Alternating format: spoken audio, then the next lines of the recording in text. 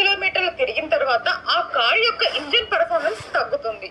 బండికి పికప్ తగ్గిపోవడం, మైలేజీ తగ్గిపోవడం, ఇంజిన్ త్వరగా హీట్ కావడం దీనికి కారణం ఇంజిన్ లో పేరుకుపోయిన కార్బన్స్. ఈ కార్బన్స్ అనేవి సాధారణంగా పెట్రోల్ తో నడిచే ఇంజిన్ కావచ్చు, లేదా డీజిల్ తో నడిచే ఇంజిన్ కావచ్చు, లేదా గ్యాస్ తో నడిచే ఇంజిన్ కావచ్చు.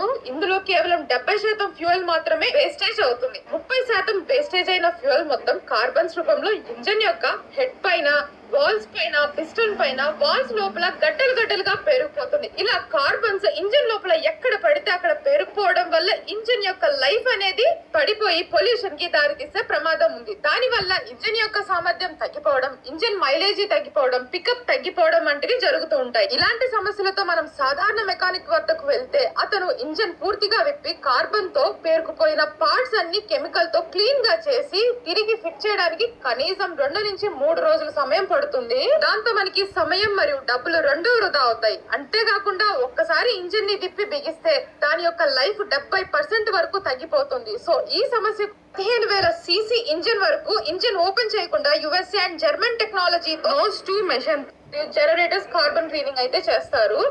వల్ల చాలా ప్రయోజనాలు ఉన్నాయన్నమాట. మీరు చూడొచ్చు before and after engine valve, engine piston, engine easier value